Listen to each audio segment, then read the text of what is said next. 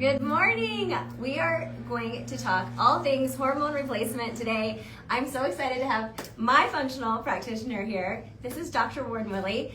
It's been a long time. Yes, it has. It's been a long time. We have been really busy. Yes, it's been crazy summer. Crazy summer. So we're going to get back into this. We're set.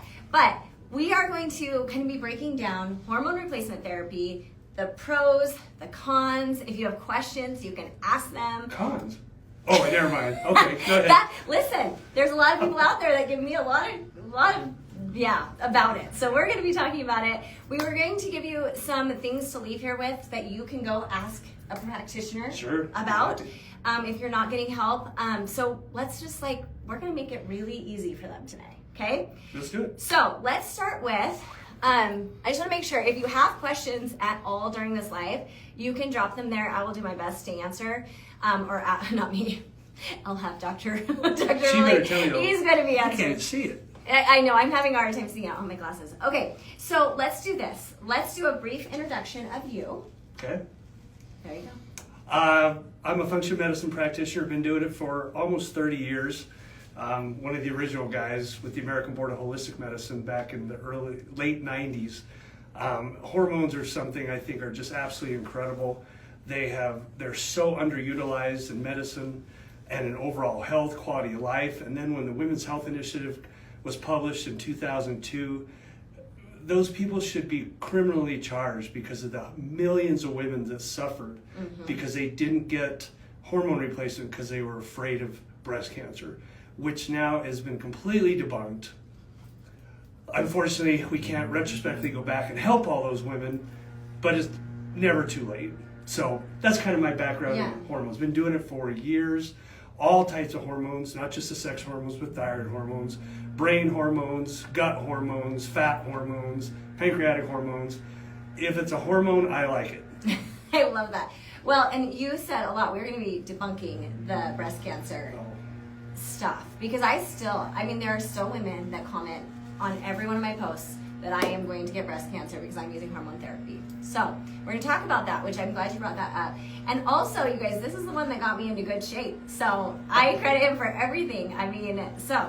Okay, I noticed that someone said we didn't have audio. I just want to make sure before we keep going that we do. I think we might have it back. Sometimes when you first join, there's not audio. Okay, there it is, maybe. Okay, I think we're good. Okay, so let's start with this. When does someone, when do they need to have hormone replacement? How do they know that they need it? That's a great question. Unfortunately, we've always used people's age to determine that. The average age of menopause in America is assumed to be 51. Okay. Menopause itself, by definition, is a clinical event. No menstruation or no period for 12 months in a row. Average age of 51. Remember, the key word is average. So some women go into it in their late 30s, some women go into it in their 60s. The average age is 51, but in reality, with all our environment, hormonal disruptors, BPAs, phthalates, all these things that are changing our bodies, not to mention the effect of other hormones influencing the sex hormones, I personally am seeing more and more younger women coming in with what sounds like hormone issues. And the problem is, they are hormone issues, but our problem is lab values don't always correspond to symptoms. And that is a huge deal for a lot of doctors. They're like, well, your labs are fine, so you must be fine. Error number one, listen to the patient. Yes. They're going to tell you. So tell me this, is there a test to determine perimenopause? Yes. There is? Uh-huh. Okay, tell us more. You just tell me what it's your symptoms, right? There okay. you go. So there's not a direct test, though. I want to make sure that, because seriously, there's so many women that are like, well, my labs were normal, like you just said. They sent me out on my way. So symptoms first, always. The patient, you guys know if you're having what you would consider hormonal symptoms. And the array is huge. In one of my older books called What Does Your Doctor Look Like Naked, I covered here's signs of estrogen deficiency, here's signs of progesterone deficiency, here's signs of testosterone deficiency. They cross-link, they interlink, and there's a whole other list I didn't publish, right? So symptoms and your overall general sense of well-being are a place to start. Labs should be used to confirm our diagnosis, never make the diagnosis. And that is a key point for all you wonderful people out there to mention to your doctor. If he or she says your labs are normal, you're not menopausal or perimenopausal, then ask, why do I feel this way? And their job should be to investigate that farther. That's so key what you just said. So key, because so many doctors are not investigating. Yeah. And so many women are then going home feeling frustrated. I spoke up. I said all the things, how I was feeling. That was really hard for me to do that. And then just be turned away. Yeah. And I guess I have to suffer, which we don't. So No. that's why we're doing this today. Right. Okay, so we have determined that it's based on symptoms. A practitioner should listen to your symptoms, then use a blood test If so, like, for example, there's premature ovarian failure that occurs again, this is a diagnosis I'm making more and more as I get older and older. And I don't know whether it's because I'm picking it up more or it's occurring more. In my opinion, I think I've always been pretty good about picking up things. So I think it's occurring more. Premature ovarian failure from a bad pregnancy, from lack of blood supply to the ovaries, from chemical exposures, from high stress. I mean, the list that goes on and on of potential causes.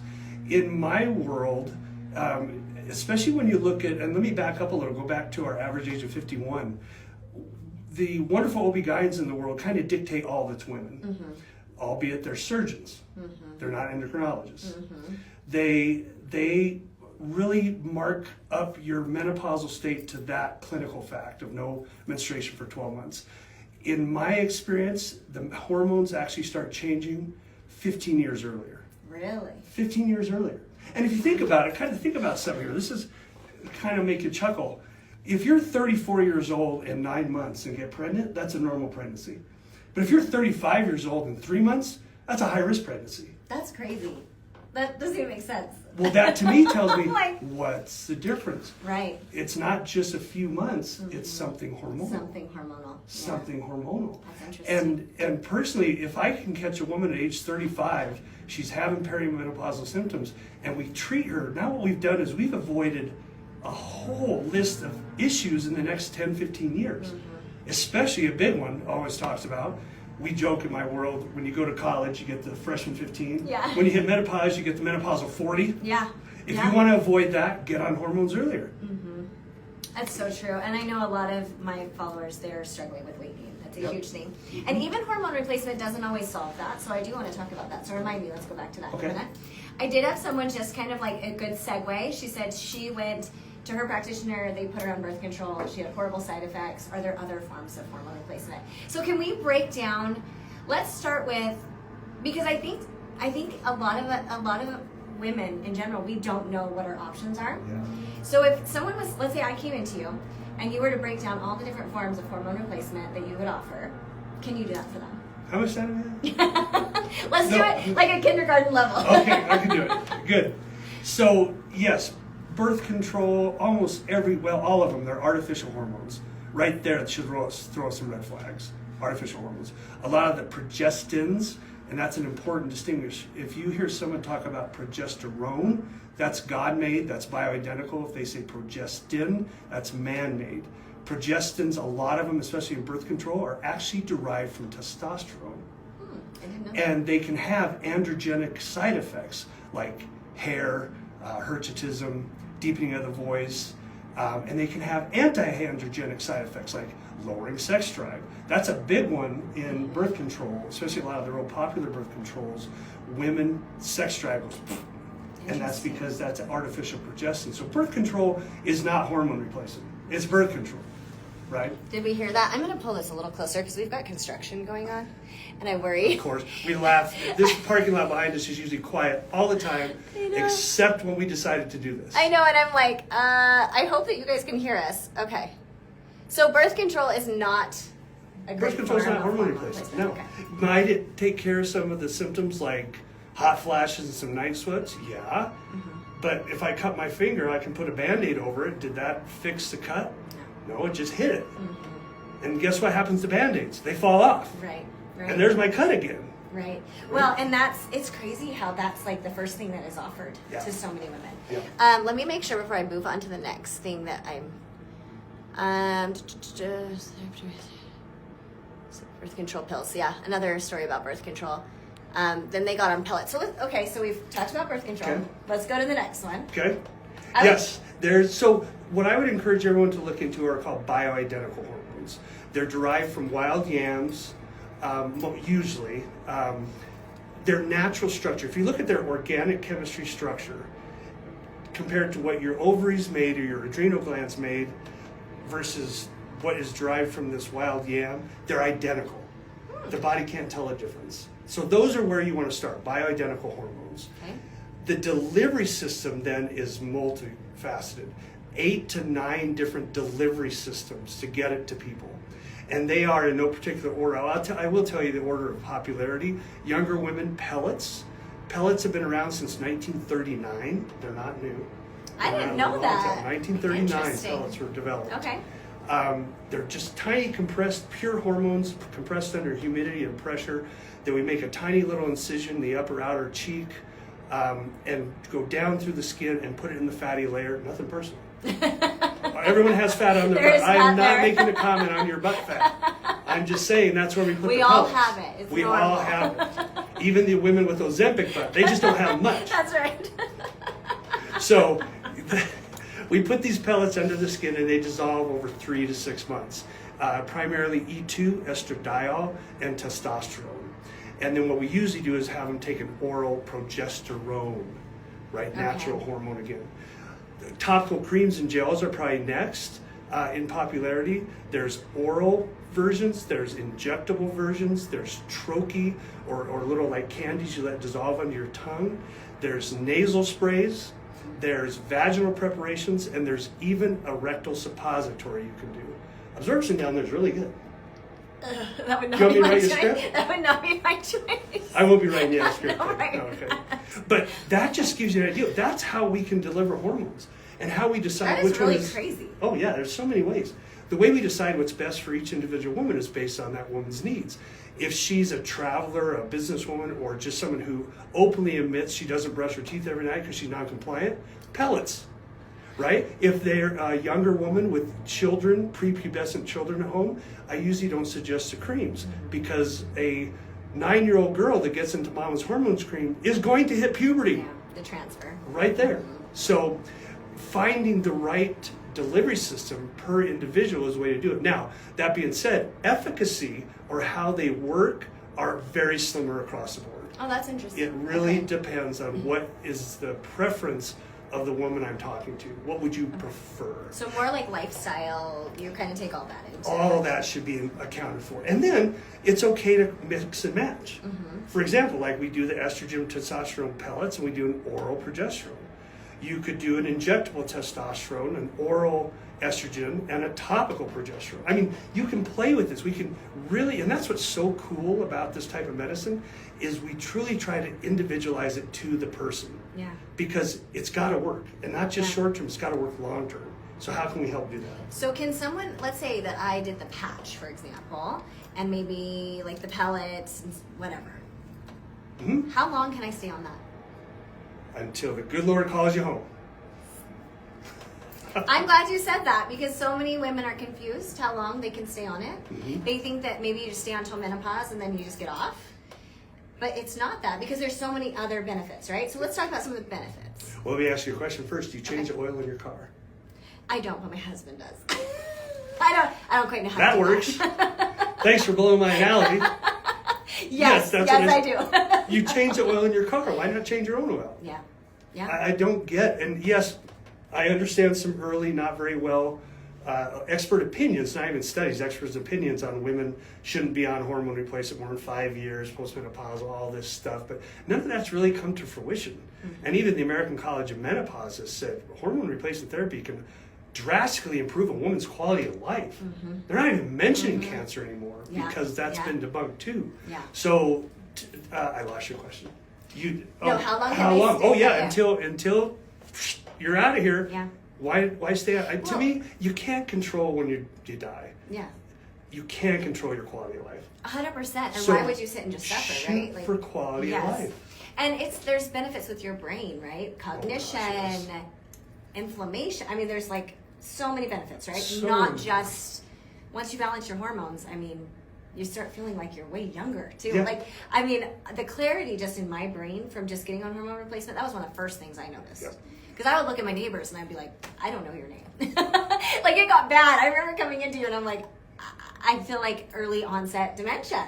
But so many women are struggling with that. And just like that one little thing for me sold me on hormone replacement, let alone all the other benefits. So. Absolutely. Okay, so let me just see if we have any questions that you can answer, and then I want to talk about some of the myths. Okay. Okay. Let's see. Hello from Luxembourg, next to Germany. We all the women have these symptoms. Is that normal? Is that coming from plastic foils? You said 15 years earlier. Do you understand that? I think so. And Luxembourg, Germany. My son lives in Stuttgart. Yeah, So that's right. I love Luxembourg. He is So hi. brilliant dancer. Yeah. So to answer your question, not everyone has the symptoms. There's some very blessed women that don't have any menopausal symptoms. If I was to be more specific in that, it's usually people with phenotypes that are a little larger, because fat, especially around the belly, makes estrogen. So a heavier set woman might not have the hot flashes, night sweats, and stuff that a thinner woman may, for example. But here's the kicker. They all come with different flavors. Every woman's a bit different. And that's why hormone replacement is not just here, take your estrogen, bye, right? It's, okay, we're going to give you this hormone replacement, the sex hormone replacement, but let's double check your thyroid. Let's double check your food-related hormones, like leptin, adiponectin, insulin, glucagon, cortisol. What's your stress hormone doing? What's your adrenal hormones doing? What's your brain hormones doing? All those things work in concert to make a beautiful symphony. And using that analogy, if the first seat celloist had been out drinking the night before a symphony, the conductor's going to know it right away. Guess what? You're the conductor. Yeah. You're going to notice right away, I am not in tune. Yeah. Even though I'm doing this, and this, I am not in tune. Kick that celloist out, put the second guy up, and get in tune. Yeah. It's so true. I mean, it's interesting too, because I think women are very in touch with their bodies, right? Like, we've had babies, maybe we haven't. We've made, some of us have hysterectomies, things like that. So we're very in tune with our body. And I do think it's very vulnerable to be able to go tell a man, sorry, totally. you know, Absolutely. how you're feeling. And so I'm hoping that this is validating you guys, because it is vulnerable to go in and then be dismissed. But hopefully after today, you're going to realize, like, you shouldn't be dismissed and find somebody else. And I know that's also hard. So, okay. Let's see if I missed anything else. I had a hysterectomy 5 weeks ago, and I feel like my hormones are waging war. Is progesterone still needed with no uterus? Great That's a question. good question. So let me give you, okay, I'm going to give a little chemistry, is that right? Yeah, you might lose me, but I failed chemistry. my favorite, one of my favorites. So, all your ringed hormones are your mineral hormones, or what we call mineralocorticoids, your stress hormones, or glucocorticoids, and your sex hormones. They're all derived from cholesterol. Cholesterol's not a bad guy. Cholesterol Really? is a precursor for all of these. Cholesterol is converted into a very important hormone called pregnenolone, followed in short order by progesterone. So progesterone's actually at the head of your mineralocorticoids, your glucocorticoids, and your sex hormones. And then it's broken down from there based on the body's needs.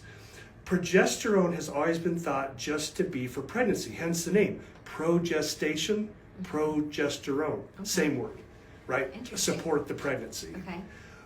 And if you're not pregnant, if you ovulate mid-cycle, there's no little spermie there to meet the egg, nothing implants, estrogen starts declining, progesterone climbs up, and that's what causes sloughing of the uterine lining and your period. So in classical thinking, the progesterone is just to maintain pregnancy and make sure I bleed once a month. But in reality, especially if now that you understand why I gave you technical chemistry stuff, is it is important for all these other hormones. And the big one with progesterone, you can consider progesterone the hormone of relaxation, rest, and sleep in women in particular. Because progesterone is converted into something called norpregnenolone, which is a direct precursor of GABA, gamma-aminobutyric acid. That is your sleep hormone, relax hormone, rest hormone.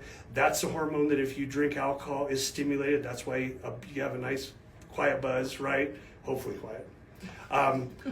Progesterone is absolutely essential in the big picture. It's not just for maintaining pregnancy and sloughing off your uterine lining. So that long story for the sweet lady that asked, I just had a hysterectomy 5 weeks ago, do I need progesterone? Yes. Okay. That was great. I'm learning. I love this. Good. I always love hanging out with you because I learned so much. Okay. I think I take warfarin. WAR. Oh, a blood thinner. And have been told I can't have HRT. Is that something that someone needs to? I absolutely have no idea who said that, where that came from, or any interaction, reaction, or side effect of those two together. No idea. Okay. I'd probably ask someone else. Okay. No medical advice. I love it. Okay, but here's my question. Is there anyone that can't take hormone replacement? That's a great question, because even I have a number of women post breast cancer that we have on hormone replacement. Really? So I would say no, but it's a very individual choice and decision. If you have had an endocrine derived cancer, uterine cancers, breast cancer, it's a choice between you and your doctor, understanding the risks and benefits. And then there's options too. That's one thing. I just treated a woman a week ago, post breast cancer. She and her family are really kind of scared about hormone replacement. But she had shared with me, she and her husband had such a wonderful sex life until this happened. But without the estrogen, those poor tissues down there, dry, hurting, painful. So we started her on a topical vaginal DHEA cream, hormone replacement. Oh, okay. It heals all those tissues. Her sex life is going to be normal again, and she doesn't need to take estrogen. So I use that example as there's so many different things we can do. And options. Women should not have to suffer from hormone deficiency of any sort. Yeah. You just need to find the right person to work with. That's amazing. Yeah. Okay, so I have a question, and maybe this is like a very uneducated question, but maybe someone out there is thinking this. So all of the old research of breast cancer linked with hormone replacement came out. It's been debunked, right? But why are they still, like, if someone has a history of breast cancer, can hormone therapy be something that can be scary? Does that make sense? Yes, I think what you're saying is that a really uneducated question? No, that was good. There's an innate fear that we have of death. I mean, we're not supposed to die. That's just not in our nature. Right. And because of, if you grew up in the 80s, 90s, 2000s, you have an innate fear of hormones. Because you heard that Because you heard that so long. But there are studies out there that have shown that a woman post breast cancer taking estrogen might actually lower the risk of further breast cancer. Really? Absolutely. Interesting. And so it's still a personal decision. In the case study I just shared with you, that wonderful gal and her family decided not to do estrogen. But if she had, there are studies that show we probably lowered her risk of recurrence. Interesting. And she gets a quality of life. So is it more visits too? Like, are you monitoring that pretty closely if someone does have? We will monitor it, yes. Versus someone that maybe like me that's just coming in for regular. I would say we monitor them a little bit differently. Okay. Possibly more aggressive up front so they're comfortable with it. Not doing just traditional mammograms and stuff, but doing thermography, doing different studies, looking at, because remember, and to back up and go totally off tangent here, is breast cancer is not caused by a hormone. It's caused by the environment. It's caused by high stress. It's caused by plastics. Someone mentioned plastics. It's caused by BPAs. It's caused by these chemicals. It's a whole array of issues that occur to develop this perfect, what we call senescent cell that starts misbehaving. And then it starts turning other cells into misbehaving cells. So it's not just one thing that causes it. It's an array of things. It's a lifestyle. It's time. Those things are what cause cancer. And interrupting that with hormone replacement or whatnot actually, again, can be shown to be beneficial. So interesting. So for the majority of people being very nervous or maybe have had breast cancer, it's a lot of just debunking a lot of the myths that we've heard growing up. You know, but I have many women in my practice on hormone replacement full scale who have had breast cancer, and I have many women who have had breast cancer that don't want to take it. Yeah. That's fine. Personal choice, yeah. Find another option to improve their quality of life. Yeah. And that's why if you work with someone who's good with hormones, there's a lot out there. I just gave you one example for one situation. Yeah. There are so many things you can do to improve quality of life. And that's why it's important, ladies. If you're afraid of hormones, still find a hormone doctor, because he or she is probably going to be aware of the other things you can do for better quality of life that doesn't involve hormones. Yeah, so true. Okay, that was good. All right. Just to make sure we're not missing anything else. Oh, wait. I have been on Cedrina HRT gel. Cedrina, am I totally butchering that? No, that's good. Since I had a hysterectomy and my ovaries removed at 37. I am now nearly 43, but I don't think it's working anymore. Yeah, let's talk about that. Oh, good. Because I kind of had that same thing happen to me, where I started getting symptoms again. So what happens when you're on a hormone replacement therapy and you feel like it's not working, or you're starting to get symptoms? What does that mean? Great question, especially in a younger woman like that, starting at 37. So I'm assuming here that your ovaries were left, so they still have some function, but you got some hormones to make up for it, because a lot of the blood supply to the ovaries comes via the uterine artery. So anyone with hysterectomy, even if their ovaries are spared, perimenopause. Really? Oh, always. So literally it's just like that. Always. Interesting. But as you chronologically get wiser, I didn't say older. We don't say I said that. wiser. As you get wiser, We things do get change. Our ovaries, well, your ovaries, not mine. Ovaries decrease in their production. If you lose weight, for example, with one of the new GLP-1s, you're going to more likely have hot flashes and night sweats because you're losing fat, which produces hormones, right? So over time, it's very, very common for me to adjust a woman's hormones from the time I like to start them at roughly age 35 until their 50s, until those stabilize. Weight stabilizes, ovarian function is gone. Adrenal function's pretty stable. About 15% of your testosterone is produced in your adrenals, believe it or not. So the testosterone's a little bit more of a steady state hormone, easier to follow, track, and monitor, whereas estrogen and progesterone are a little more difficult. Hence why it's important to, what's your symptoms? Oh, that's estrogen. Yeah. Right? Yeah. Versus a blood test that says, Yeah. I don't know what this is. Yeah. Right? Yeah. So that's why it will change as you get wiser. Once again, develop a good relationship with a hormone physician and plan on it being long-term, because you're going to change. Yeah. And if you're there working with someone who recognizes that, then the change is a lot easier.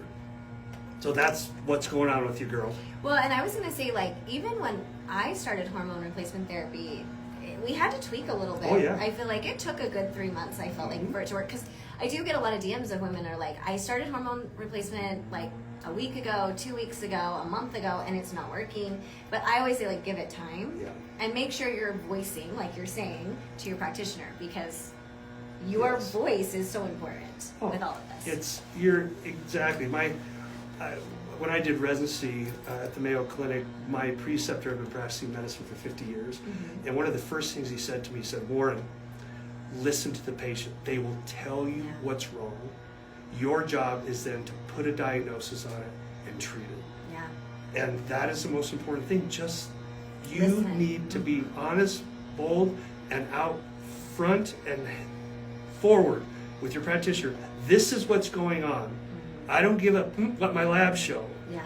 How do you help me with this? Yeah. Advocating for yourself big time. Absolutely. Unfortunately, we really have to do that. Yes. Yeah.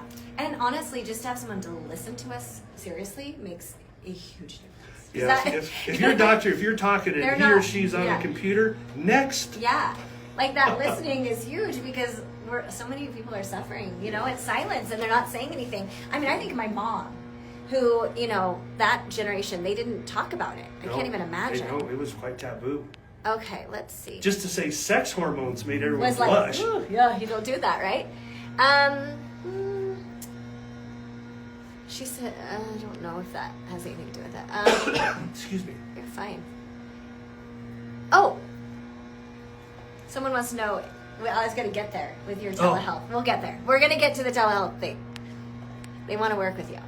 Oh, okay. Let's just talk there because I had someone in the UK say they want to work with somebody like you. Oh, yeah. So let's talk about this really quick, and then I have a couple more questions. Don't want to make this too long, but tell us, can women work with you?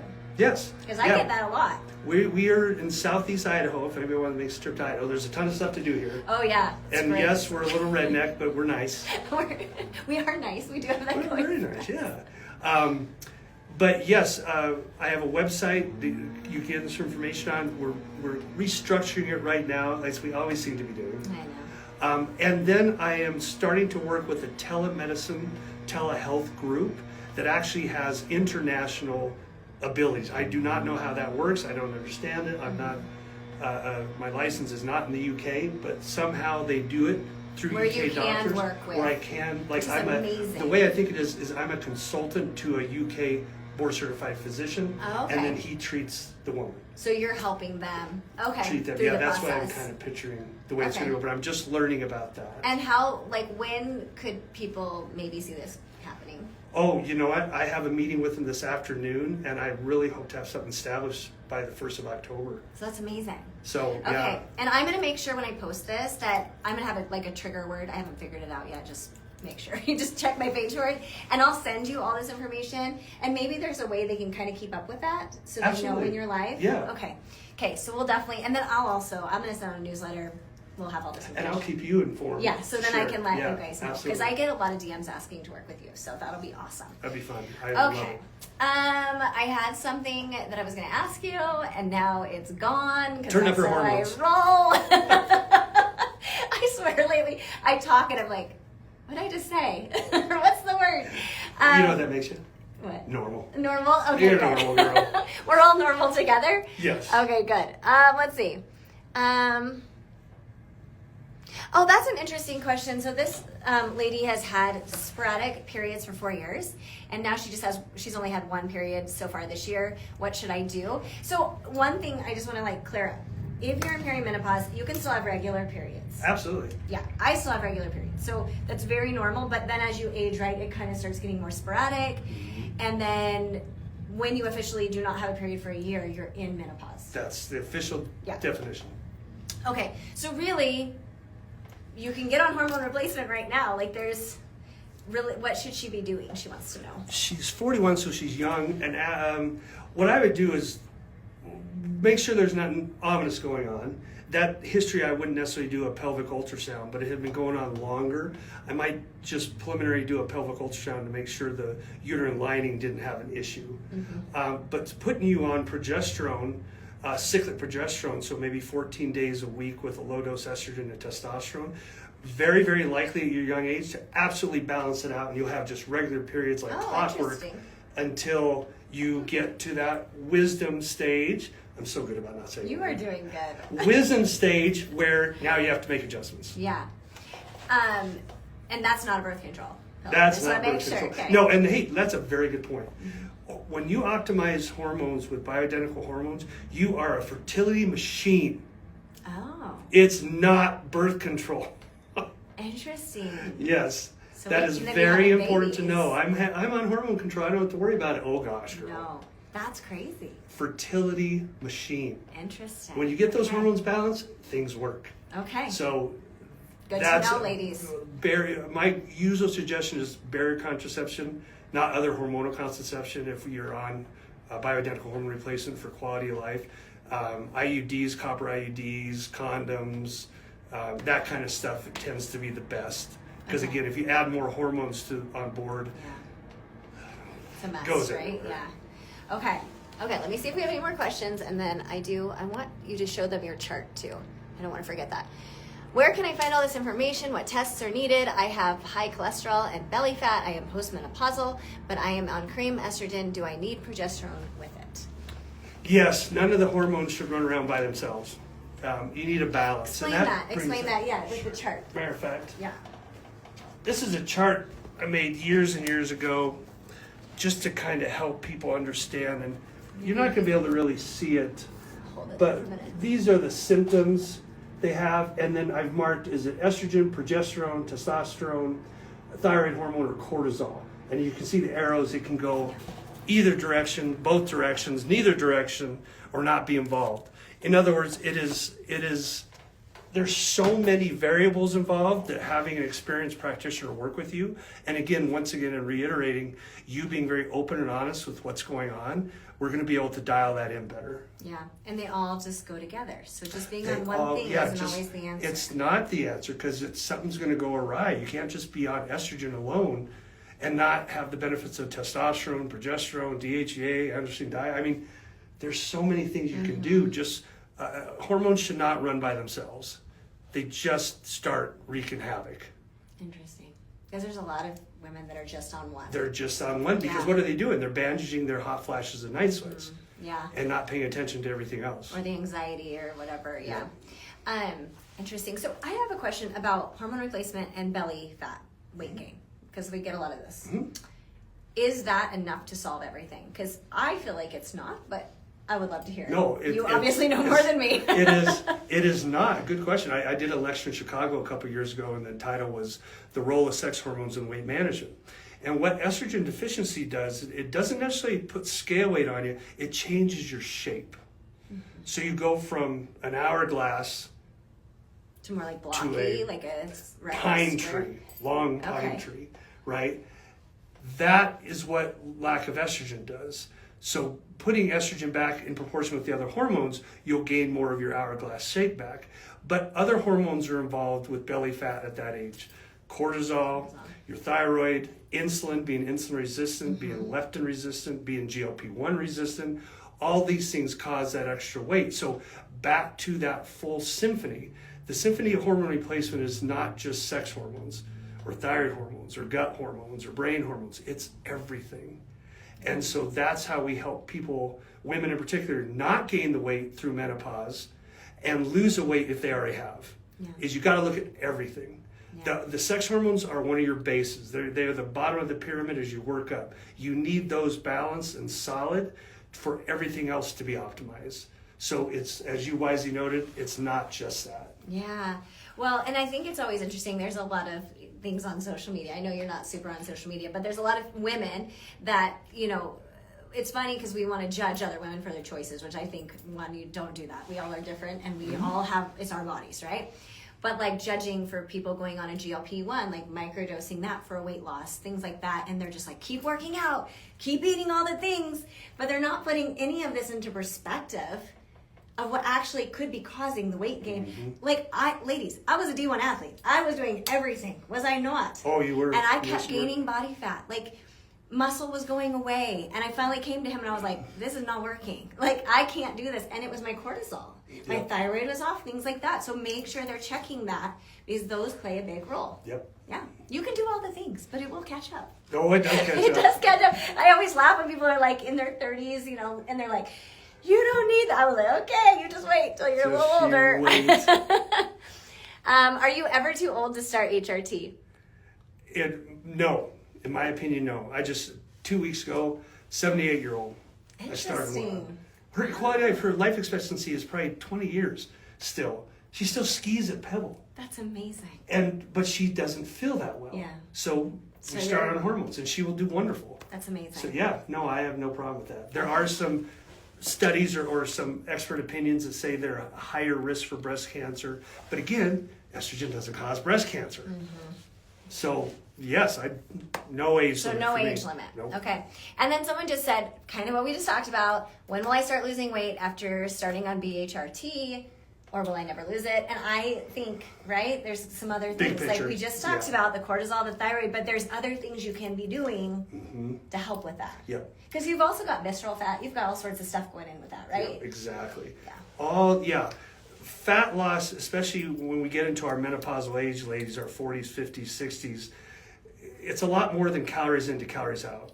You can't undereat your fat and you can't overexercise your fat once you're over 40. You just can't do it. You should still be doing it because of the other health benefits, don't get me wrong. Try to eat clean, avoid processed foods, move as much as you can. I mean, there's thousands of other benefits for it, but it's not going to directly change your weight. Hormone balance will change your weight. Yeah. I love that. Thank There you go. Thank you. I needed to hear that. Ooh, I might have to go here in a minute. You have to go? Okay. All right. We are going to end then. And I'm going to, let's go ahead and comment the word hormones. And when you comment the word hormones, give me some time because I've got to post this on my page. But I will send you a recap of everything. And then I'm going to also put this on YouTube so that people can like pause it and like really look at the chart, things like that. It's a little harder on Instagram. So we will do that. And then we're going to do another one, right? Yeah, we got to get back We're into going to it. write it on the calendar and we're going to do Yeah. this. So I hope that this was helpful, you guys. Thank you so much. Absolutely. Love You're it. amazing. I'm going to give you all the information of how to find Dr. Willie. Like I said, he's changed my life. He's one of my good friends, and I just know that he can help you too. So, all right, you guys, thanks for joining us. And seriously, you. it was the best. Thank okay? you. Bye, guys.